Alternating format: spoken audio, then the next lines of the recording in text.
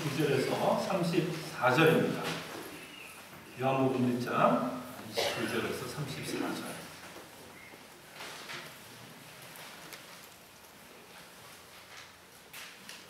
하나님의 말씀이 이러합니다. 이튿날 요한이 예수께서 자기에게 나오심을 보고 이르되 보라, 세상 죄를 지고 가는 하나님의 어린 양이로다. 내가 전에 말하기를 내 뒤에 오는 사람이 있는데 나보다 앞선 것은 그가 나보다 먼저 계심이라 한 것이 이 사람을 가리킴이라.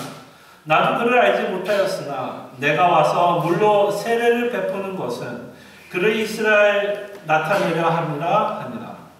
요한이 또 증언하여 이르되 내가 보매 성령이 비둘기같이 하늘로부터 내려와서 그의 위에 머물렀더라.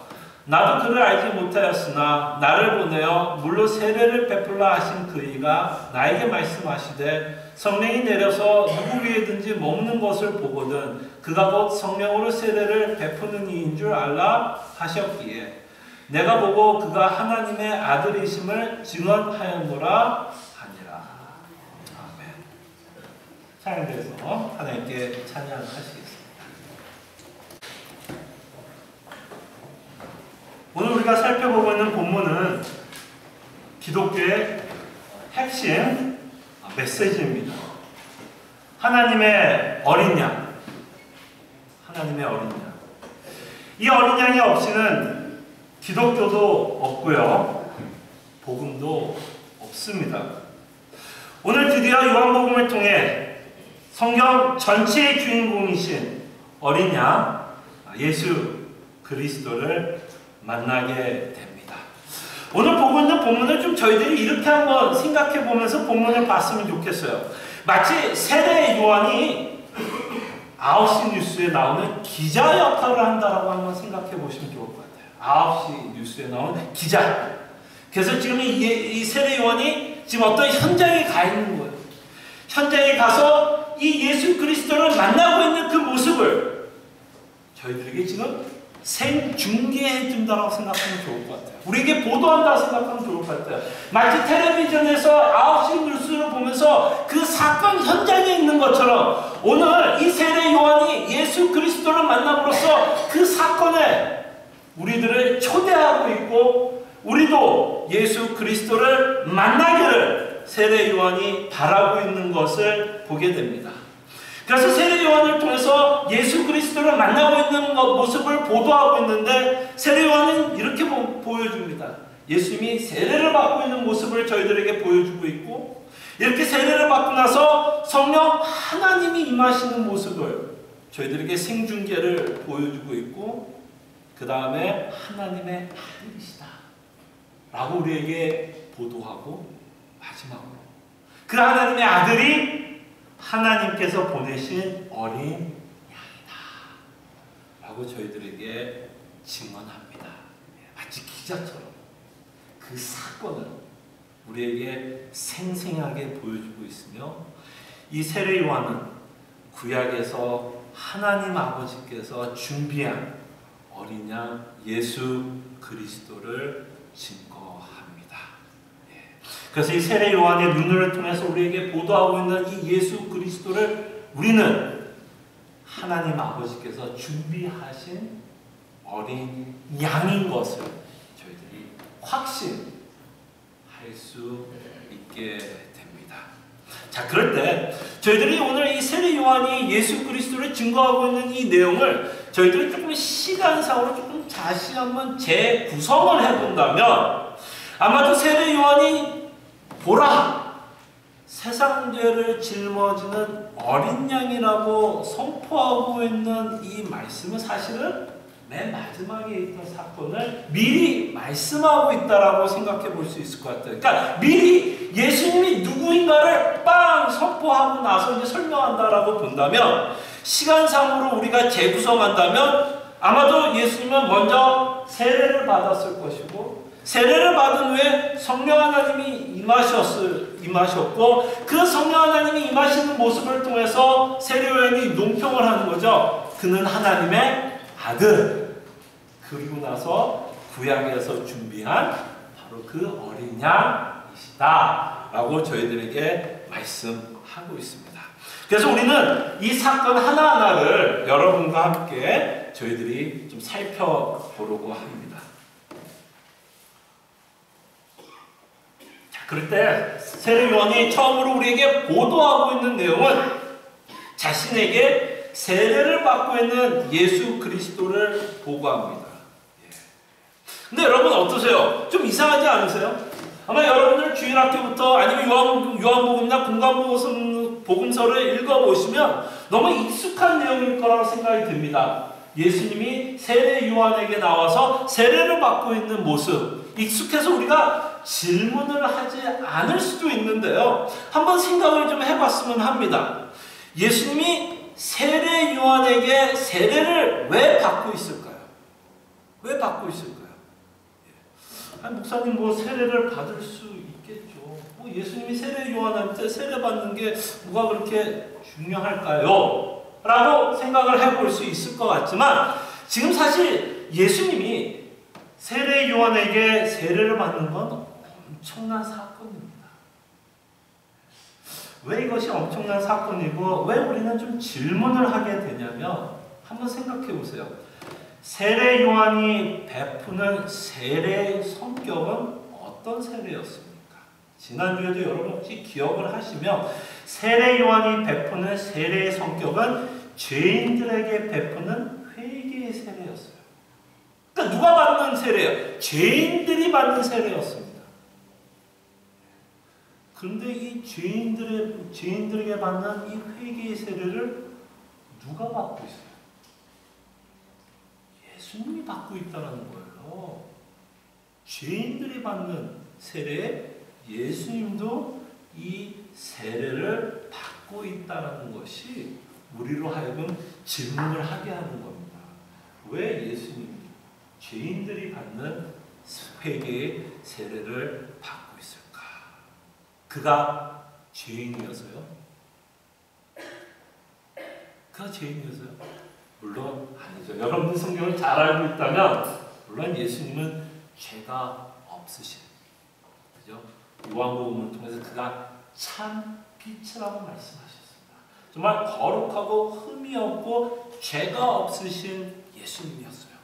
근데 왜 예수님은 세례 요한이 베푸는 죄의 세례를 지금 받고 있을까요? 죄가 없으신 분인데. 바로 이렇게 요한의 세례를 받고 있으면서 우리에게 전하고 싶은 메시지가 있는데 자신은 죄인이 아니지만 이렇게 세례를 받는 걸 통해서 죄인들과 동일시되고 있는 모습을 우리들에게 보여주고 싶은 거예요. 죄인은 아니지만 우리와 같이 죄인처럼 되고 있는 모습을 저희들에게 보여줍니다. 조금만 더 설명을 하자면 자신이 구원할 자들과 동일시 되어야만 자신을 구원할 자를 구원할 수 있기 때문에 다시 말씀드리면 세상 죄를 짊어질 수 있는 어린 양이 되기 위해서 그는 지금 세례를 받고 있는 거예요. 여러분들이 혹시 사도 바울이 쓴 로마서 6장을 읽어보면 사도 바울이 세례를 가지고 이렇게 설명하는 그 구절을 보게 돼요. 마치 우리가 세례를 받은 거를 이렇게 설명합니다. 마치 우리가 예수 그리스도와 함께 죽었다고 표현을 해요. 그리고 예수 그리스도와 함께 부활했다고 얘기를 해요. 세례 받은 거. 그러면 우리가 세례 받은 걸 통해서 사도 바울은 뭐 하는 거예요? 예수님과 우리가 동일시되고 있다라고 말씀하는 거죠. 하나가 되어서 마치 예수님이 십자가에 죽을 때 우리도 함께 죽었고 예수님이 부활할 때 우리도 함께 부활했다라는 것을 세례를 통해서 설명하고 있다면 지금 예수님이 이렇게 죄의 세례를 받고 회개의 세례를 받고 있는 모습을 통해서 우리와 같이 동일시되는 죄인의 모습을 갖고 우리 앞에 나타나고 있는 것을 보게 됩니다. 바로 우리를 구원하기 위해서 예수 그리스도는 가장 더러운 옷, 죄인의 옷을 입기 위해서 바로 이렇게 세례 요한의 세례를 받고 있습니다. 여러분 이 세례를 받고 있는 이 모습을 보면 참 놀라운 예수 그리스도의 겸손을 저희들이 보게 되는 것 같습니다. 여러분 이럴 때 좀 억울하지 않으세요? 누군가 내가 잘못한 일이 없는데도 누군가 나를 오해할 때 참 억울하다는 생각 들지 않으세요? 억울하다. 그때 사실 예수님이 이렇게 세례, 특히 세례 요한의 세례를 받는 이 모습을 보면서 정말 예수님은 어땠을까? 억울한 장면이 들어가는 거예요. 왜? 죄가 없으셨던 분인데 그가 죄인이 됩니다. 정말 억울하게 예수님이 죄인의 모습으로 지금 나타나고 있고, 예수님이 우리를 구원하기 위해서 한없이 낮아지시고 한없이 겸손하여지시사 마치 우리와 함께 우리와 같이 죄인이 되고 있는 모습을 저희들에게 보여줍니다. 자, 이렇게 세례 요한의 세례를 받고 있어 우리와 동일시되고 있는 이때에 엄청난 사건이 벌어집니다. 어떤 사건이 벌어지냐면 이 사건을 통해서 하나님 아버지가 구약을 통해서 끊임없이 준비한 메시아임을 증거하는데, 이렇게 세례를 받고 난 예수님에게 누가 임하고 있느냐면 성령 하나님이 임합니다. 비둘기 같이 임하시고 있는 성령 하나님이 임하고 있는 것을 바라보면서 바로 구약을 통해서 하나님 아버지께서 약속한 그 메시아임을 이렇게 성령 세례를 받고 있는 예수 그리스도의 모습을 보면서 저희들에게 확인시켜 주시며 확신을 주고 있는 걸 보게 됩니다. 자, 이사야서를 볼게요. 이사야 61장 1절에서 3절.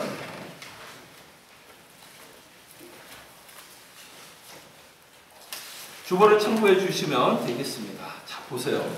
이사야에서 뭘 약속하고 있는지 한번 보시기 바랍니다. 자, 1절 읽어드릴게요. 1절부터 3절. 주 여호와의 영이 내게 내리셨으니. 좀 세례받고 있는 예수님의 모습 같지 않으세요? 주 여호와의 영이 내게 내리셨으니 이는 여호와께서 내게 기름을 부으사 가난한 자에게 아름다운 소식을 전하게 하려 하심이라. 나를 보내사 마음이 상한 자를 고치며 포로된 자에게 자유를, 갇힌 자에게 노임을 선포하며 여호와의 은혜의 해와 우리 하나님의 보복의 날을 선포하여 모든 슬픈 자를 위로하되 무릇 시온에서 슬퍼하는 자에게 화관을 주어 그 죄를 대신하며 기쁨의 기름으로 그 슬픔을 대신하며 찬송의 옷으로 그 근심을 대신하시고 그들이 의의 나무 곧 예수 여호와께서 심으신 그 영광을 나타낼 자라 일컬음을 받게 하려 하심이라.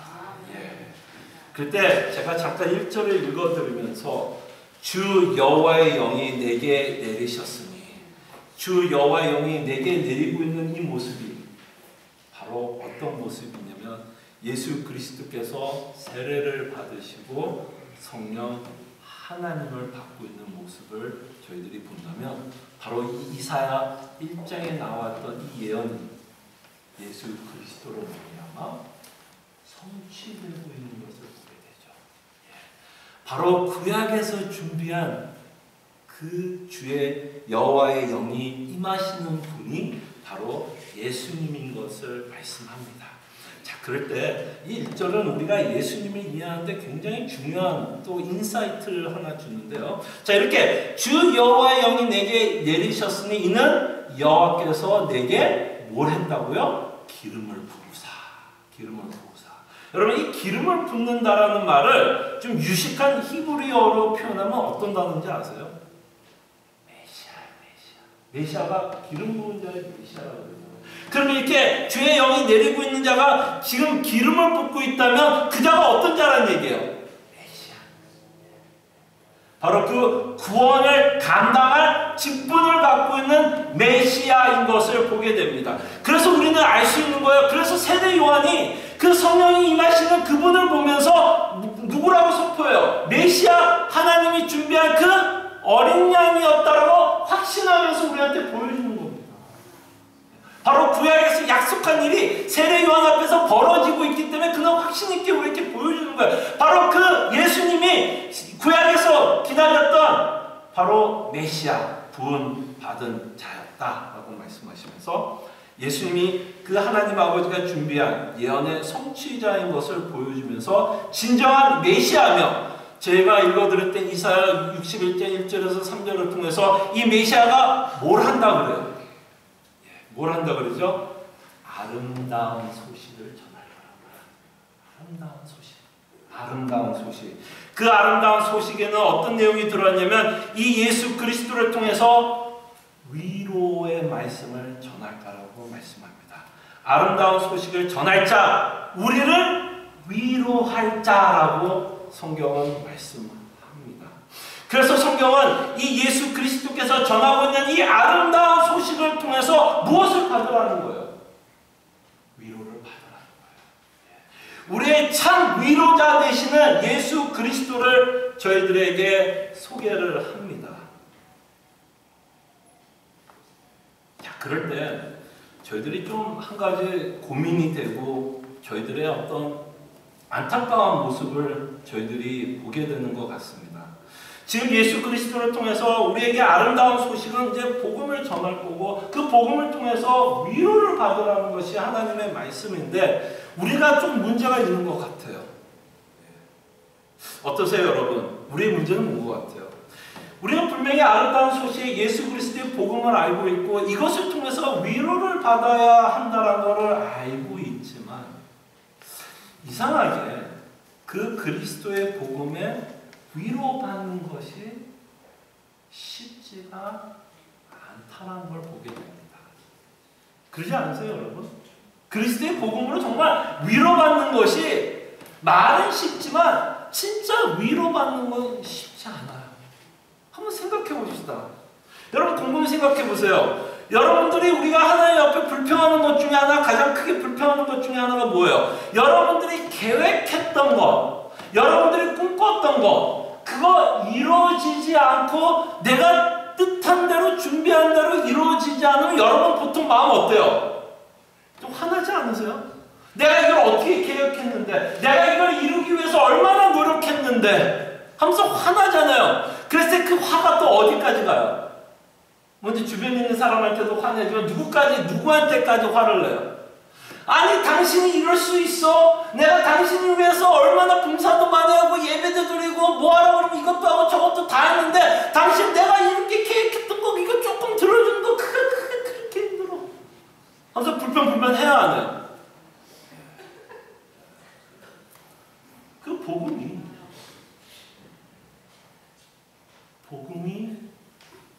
우리가 그렇게 불평불만하고 있는 우리의 모습을 보면 어때요? 복음이 그렇게 위로되지 않죠. 그럼 우리는 어디에서 위로받고 싶은 거예요? 내가 계획한 대로 될 때 실질적으로는요 위로를 받아요. 그러니까 내가 원하는 대로 계획한 대로 돼야 위로도 되고 하나님도 감사한 거예요. 그러니까 우리가 복음 때문에 감사할 때보다는 우리가 하나님께 감사할 때 어느 때 더 감사할 때가 많아요? 내가 원하는 것을 하나님이 해줄 때 우리가 더 감사할 때가 많지 않으세요? 그러다가 이제 곁다리로 하나님 예수님 보내주셔서 감사합니다 뭐 이렇게 하지만 진짜 우리가 감사할 때 우리가 원하는 것이 하나님께서 들어줄 때인 것 같아요. 그러니까 우리가 좀 실질적으로 이 위로를 받지 못하는 것을 보게 됩니다. 그 다음에 우리가 이 땅에 살아가면서 특별히 미국에 살아가면서 우리가 가장 위로를 받고 싶은 건 물질적인 위로를 참 많이 받고 싶은 것 같아요. 이게 여러분과 제가 미국에 살기 때문에 갖는 비애인 것 같아요. 이 상대적 빈곤. 언제나 누구와 비교하면 나는 언제나 뭐예요? 가난해. 언제나 나보다 잘 사는 사람들은 있어. 그렇게 비교가 되면 나는 초라해 보여. 우린 참 물질로 위로받고 싶어요. 근데 우리가 미국에 살고 있기 때문에 이 물질이 어떻게 우리가 생각을 하냐면요. 내 존재의 가치를 같이 생각합니다. 내 존재의 가치는 내가 갖고 있는 물질과 동일시할 때가 너무 많아요. 내 은행에 100불이 있으면 내 존재 가치를 어떻게 생각해요? 100불로 생각해요. 내 은행에 $1,000,000가 있으면 내 존재 가치를 어떻게 생각해요? $1,000,000로 생각하는 경향이 있어요. 그러니까 우리가 자신 있을 때는 어때요? 당당할 때. 내 뱅크 어카운트에 돈이 많으면 당당해요. 사람들 앞에서도 자신감이 있어요. 뭐 사람들이 좀 무시해도 괜찮아. 근데 은행 잔고가 점점 떨어지면 이 어깨도 어떻게 돼요? 함께 슉 늘어져요. 슉 늘어져요. 그렇죠? 저만 그런가? 이런 얘기하면 제가 좀 겁나요. 여러분들의 표정 보면 저만 그런 것 같아서. 그래도 한두 명은 좀 동의를 해줘서 제가 힘이 나요. 어때요? 우리는 뭐예요? 물질에 의해서 자신감. 그죠? 물질이 없으면 뭐예요? 나는 도움이 안 되는 것 같아. 나는 초라해, 불쌍해. 그게 뭐예요? 그렇게 생각한다면 우리가 복음의 위로를 못 받고 있는 우리의 모습이 아닌가 생각을 해봅니다. 그러니까 복음에 대해서 우리가 위로를 못 받으니까 또 계속해서 우리는 다른 것으로 이제 위로를 받고 싶은 거예요. 끊임없이 다른 거. 그게 이제 제가 맨날 말하는 우상이에요. 그랬을 때 우리가 이제 아까 물질주 얘기했지만 우리는 또 누구를 통해서 이제 위로받고 싶은 거예요. 내가 키운 자녀. 자녀가 또 잘 되잖아요. 그러면 또 어깨에 힘들어. 그죠? 자녀가 안 되면 자녀 얘기하지도 않아. 뭐야? 그게 바로 자녀를 통해서 우리가 위로받고 싶은 거예요. 그게 내 가치예요. 그 자녀의 그 잘 되고 안 되는 거지. 그러니까 예수님이 전하는 그 아름다운 소식이 별로 우리한테는 좀 아름답지 않게 들릴 때가 참 많은 게 우리들의 문제가 아닌가 생각을 해봅니다.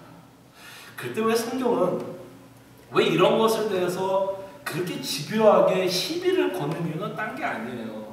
이런 우리가 그렇게 위로를 받고 싶은 것들은요, 언젠가는 우리가 다 잃어버릴 것이기 때문이에요. 그리고 여러분, 잃어버린 거 경험해 보신 적도 있죠? 물질적인 것들. 혹시 사업을 하시다가 한번 좀 경기를 이렇게 뭐랄까 경기 타신 분들, 그럼 어때요? 여러분들이 쌓아놨던 거 그냥 한순간에 그냥 정말 물거품처럼 없어지는 경험 해보신 적 있죠? 아마 인생활하면서 한두 번은 다 경험했을 거예요. 없어진 거 경험했을 거예요. 그 다음에 여러분들이 계획했던 거, 나이가 드신 분들은 꼭 그렇게 고백하더라고요. 자기 뜻대로 된 거 별로 없다고 고백하더라고요. 나 자녀들도 어때요? 잘된 자녀들도 좀 보면 좀 부족하죠. 부모님들을 보면. 그러니까 성경은 이거 갖고 시비를 걸고 싶은 거예요. 영원하지 않은 것. 그리고 있어도 이상하게 있어도 만족을 못해. 여러분 혹시 이 중에서도 약간 물질적으로 풍족하셨던 분들 있으시다면 그 풍족함에 만족하셨어요? 그 풍족해도 한 달 감사하죠. 하나님 감사합니다. 이 사업 잘 되게 해서. 그 다음날 뭐예요? 왜 나는 이것도 없어? 또 뭐예요? 또 불평이에요. 또 불만이에요. 그 말은 뭐예요? 결국 그 물질이 뭐 한 거예요? 나한테 만족이 안 되는 거예요. 그러니까 뭐 한 거예요? 더 모으고 싶은 거죠. 그때부터. 더 모으고 싶어. 알아요. 우리는 사실 여러분과 저는 모르는 게 아니에요. 근데 성경이 안타까운 건 뭐냐면 이것에 왜 목숨을 거냐 이거예요. 우리가 생각한 대로 될지도 안 될지도 모르는 그 확률적인 소망에 왜 목숨을 거냐는 거예요. 그러니까 여러분 생각해 보세요. 여러분 계획한 대로 돼요? 안 되잖아요. 그러니까 불안해하는 거 아니에요. 여러분들 계획한 대로 다 되면 뭐 기도할 제목도 별로 없겠죠. 근데 왜 복음을 확실하게 얘기하면 이건 변하지 않는 거라고 얘기하는 거예요. 지금. 반드시 이루어질 거에 대한 것이기 때문에 지금 뭐야? 하나님이 약속한 거 이루어지고 있어요? 안 이루어지고 있어요? 이거 확실한 거기 때문에 이 확실한 거를 믿으라는 거예요. 없어질 거, 일시적인 거, 일시적인 기쁨 그거 쫓지 말고 영원한 것을 찾고 영원한 것에 우리의 뭐예요? 성을 쌓아가는 일이죠. 그래서 끊임없이 복음은 우리에게 아름다운 소식이 됩니다. 이것만이 참 위로예요. 정말 이것만이 참 위로인 것이 믿어지시면 복음이 재밌는 거예요.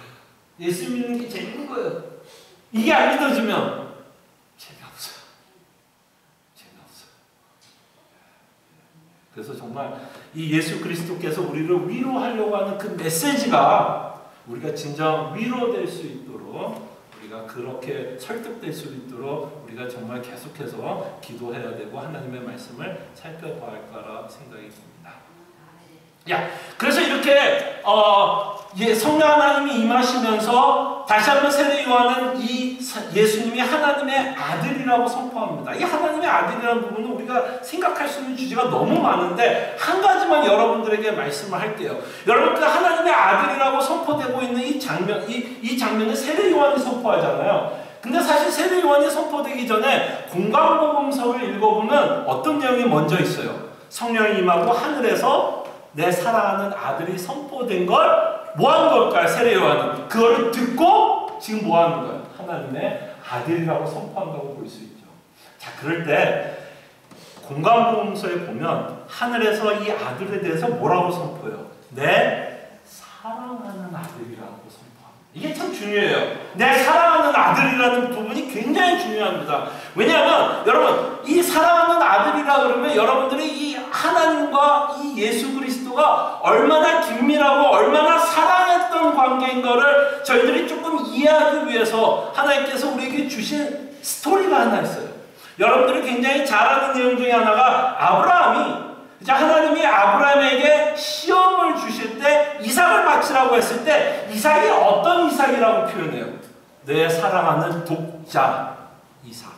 같은 랭귀지에 지금 예수 하나님이 하늘에서 열리면서 내 사랑하는 아들이라고 하는 그 문구나 지금 하나님이 아브라함에게 이삭을 바치라고 할 때 내 사랑하는 독자 이삭을 바치라는 그 내용 같아요. 그래서 우리는 뭘 알 수 있어요? 아브라함에게 이삭은 어떤 존재예요? 너무나 소중하고 눈에 넣어도 아깝지 않은 이삭. 어떻게 얻은 이삭이에요? 얼마나 어렵고 힘들게 얻은 아들이에요. 얼마나 약속의 아들이에요. 그러니까 아브라함에게 이삭만큼 더 소중한 게 있어요, 없어요? 그 이삭보다 더 가치 있는 게 있어요, 없어요? 없어요. 그 이삭을 바치라는 겁니다. 그 관계를 이해를 하면 지금 하나님 아버지가 아들에게 내 사랑하는 아들이라고 외칠 때 무슨 얘기예요? 내 아들만큼 소중한 것은 없다. 내가 가장 가치 있게 생각하는 건 바로 이 성자 예수님입니다. 라고 선포를 하는 거예요. 자, 이것이 왜 중요한지 아세요? 바로 그 다음 단어 때문에 중요해요. 그렇게 사랑하신 아들을 그 아버지는 뭘로 만드는지 알아요? 어린 양으로 만듭니다. 정말 눈에 넣어도 아깝지 않고 자기가 가장 아끼고 가장 사랑하는 그 아들을 어린 양으로 보내요. 어린 양. 자, 그럴 때 이 어린 양이라고 그러면 여러분은 이미 알 거예요. 물론 유대인들은 더 잘 알았겠죠. 어린 양은 벌써 이 유대인들은 요한복음을 보면서 알아 이게 무슨 얘기인지. 여러분들도 주일학교에서 구약을 조금 공부하시고 하면 이 어린 양이 무슨 얘기하는지 알아? 이 어린 양은 뭘 상징해요? 구약의 제사 제도를 상징합니다. 구약의 제사 제도. 그죠? 그랬을 때 이 어린 양은 뭐예요? 제사 제도에서 사용되는 희생 제물입니다.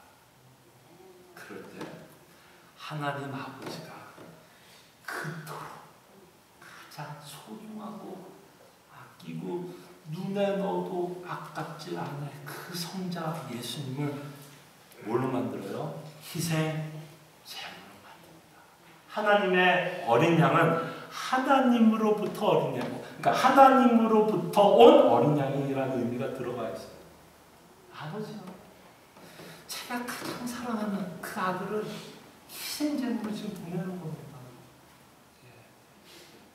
자, 그럴 때 우리가 구약의 제사 제도를 조금만 더 생각을 해보면 왜 하나님이 이렇게 제사 제도를 허락했냐면 하나님이 이스라엘 민족과 동고동락하기를 원했어요. 동고동락하기를 원했고 함께 친교하기를 원했어요.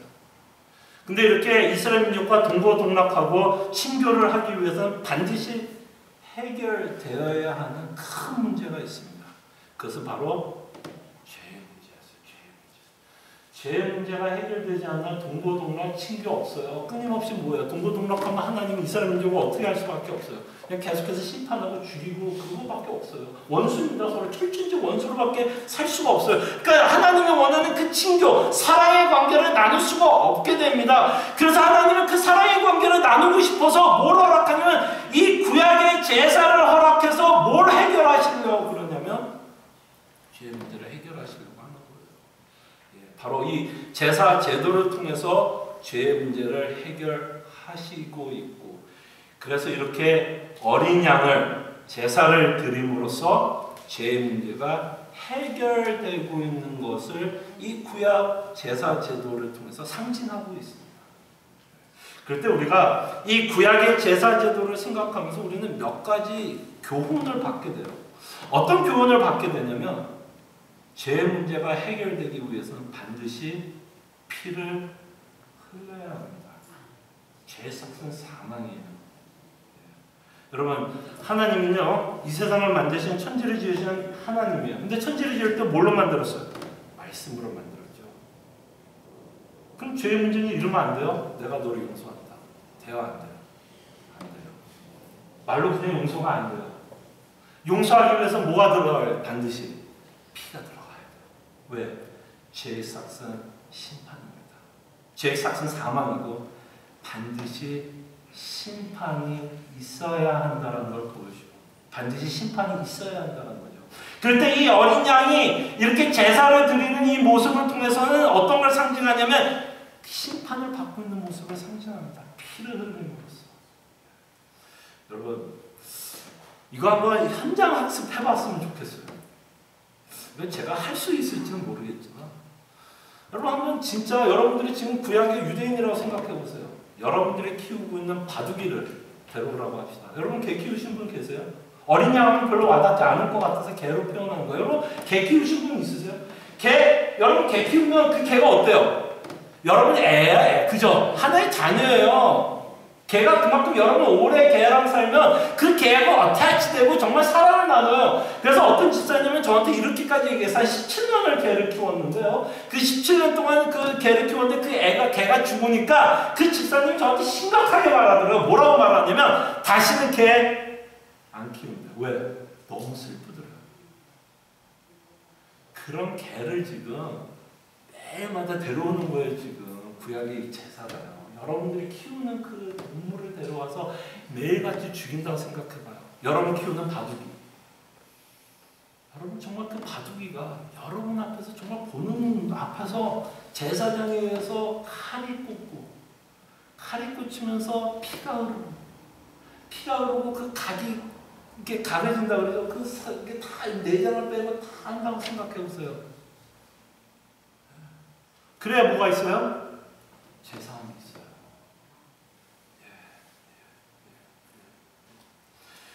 이렇게 우리가 제사함을 받기 위해서는 이런 제사가 필요하다라는 것을 보게 됩니다. 그래서 그 자리는 어떤 자리예요? 사실은 유쾌한 자리가 아니에요. 굉장히 잔인한 자리입니다. 사실. 굉장히 잔인한 자리예요. 그 잔인한 자리를 보면서 우리는 두 번째 교훈을 얻는데요. 하나님은 죄를 너무너무나 싫어하는 거룩한 하나님이십니다. 우리는 가끔 뭘 강조하고 싶으냐면 하나님의 은혜를 강조하고 싶죠. 하나님의 사랑을 강조하고 싶어서 하나님은 언제나 용서하신다라고만 생각을 해요. 맞아요. 용서하세요. 근데 우리가 놓치는 부분이 있다면 하나님의 거룩하심과 하나님의 공의를 놓죠. 그럴 때 우리가 이렇게 구약 제사를 통해서 우리가 볼 수 있는 건 뭐냐? 하나님의 거룩이 나타납니다. 죄는 반드시 심판을 받아요. 하나님은 못 견뎌요. 죄를 보면 그냥 없애버려야 돼요. 그의 거룩하심이 이렇게 제사를 드리는 것을 보면서 저희들이 보게 됩니다. 그러면서 그 희생 제물이 누가 돼요? 예수님이 되는 거예요. 그 예수님이 십자가에 죽는 그 사건은 사실은 하나님의 사랑도 나타나지만 하나님의 거룩하심과 하나님의 공의가 나타납니다. 하나님이 심판하고 있는 모습을 저희들에게 보여줍니다. 그렇기 때문에 하나님은 어떻게 표현하면 좋을까? 우스운 분이 아니에요. 지금은 은혜의 시대라고 해서 하나님께서 회개하고 돌아오라고 하면 정말 들어야 돼요, 우리가. 지금 하나님은 아들도 심판했어요. 그죠? 아까 말했던 눈에 넣어도 안타깝지 않고 가장 소중했던 그 아들도 죄 때문에 심판한다면 피조물에 대해서 하나님은 어떨 것 같아요? 여러분과 저에 대해서 어떨 것 같아요? 눈물 하나 흘릴 것 같아요? 아들도 심판한다면? 정말 하나님의 거룩하심과 공의함을 저희들은 이 구약 제사 제도를 통해서 저희들이 보게 됩니다. 그래서 심판의 무서움을 저희들이 보게 되고, 마지막으로 구약 제사를 통해서 우리가 알 수 있는 건 이 구약 제사 제도는 한계가 있다는 거죠. 어떤 의미에서 한계가 있어요? 정말 이 구약 제사 제도를 통해서 죄 용서함이 있었나요? 만약에 죄의 용서함이 있었으면 어린 양을 더 이상 바칠 필요가 있어요, 없어요? 만약에 구약 제사 제도를 통해서 만약에 용서함이 있었다면 굳이 누가 안 와도 돼요. 예수님은 왜 와요?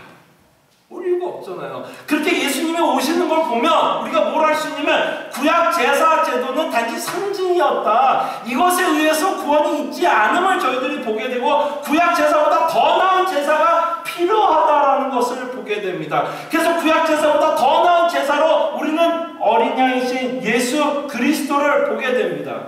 그래서 우리 앞에 세례 요한은 말씀합니다. 제사 제도를 종결시킬 우리에게 참 용서를 가져올 참 어린 양이 우리 앞에 왔다라는 겁니다. 그럴 때 이 어린 양을 뭐라고 소개합니까? 세상 죄를 짊어지는 어린 양. 구약의 제사가 해결하지 못한 우리의 죄를 해결하시기 위해서 당신이 가장 사랑하는 어린 양을 지금 성자 예수님을 보내주십니다.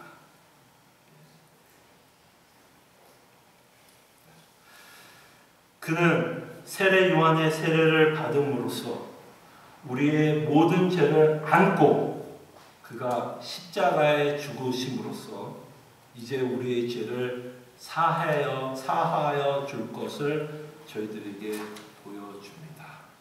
이렇게 예수님이 죽는 것을 보면서 이 심판을 보시기를 바라고, 예수님이 이렇게 죽는 걸 보면서 다른 방법으로는 우리를 구원할 수 없다라는 것을 생각해 보시기를 바랍니다. 여러분 한번 생각해 보세요. 만약에 아버지가 다르게 우리를 구원할 수 있다면 굳이 아들을 그렇게 사랑한다는 그 아들을 이렇게 죽일 필요까지 있겠어요? 다른 방법이 있다면 다른 방법 쓰지 않겠어요? 근데 이 방법밖에 없어요. 피 흘려야 돼요. 이래야만 죄의 싹이 없어집니다. 사망이 풀어져요. 우리가 이것을 제발 보았으면 합니다. 사도 요한, 세례 요한은 뭐예요? 보라! 세상 죄를 짊어지는 어린 양. 자, 그럴 때 우리가 한 가지 좀 생각해 보고 싶은 건 이걸 좀 생각해 보았으면 좋겠어요. 저희들은 언제나 우리가 이 땅에 살아가면서 우리가 겪는 힘든 것에 대해서 하나님께 기도할 때가 있습니다. 그죠? 하나님께 기도할 때 우리가 힘들면 아까 말씀한 것처럼 때로는 짜증을 낼 때도 있고 불만이 있을 때도 있고 원망하는 기도를 하나님께 할 때도 있더라고요. 자, 그럴 때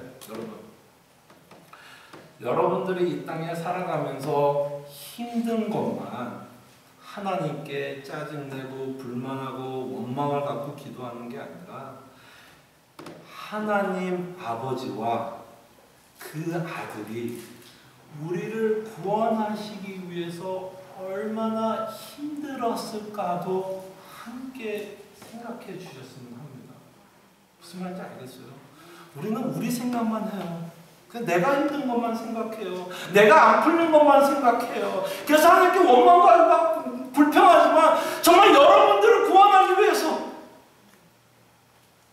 아버지는 자기가 가장 사랑하는, 눈에 넣기도 정말 눈에 넣어도 아프지 않는 그 아들을 줬어요. 그랬을 때 아버지의 심정은 어땠을까요? 그 아들을 보내면서 기뻤을까요? 할렐루야. 정말 기뻤을까요? 그 아들을 보내면서. 그 아들이 어떻게 이 땅에서 살지를 이미 아버지는 알고 있었어요. 그가 어떤 고통을 당할 것을 알고 있었어요. 근데 그 방법밖에 없어서 아들을 보내요. 가라.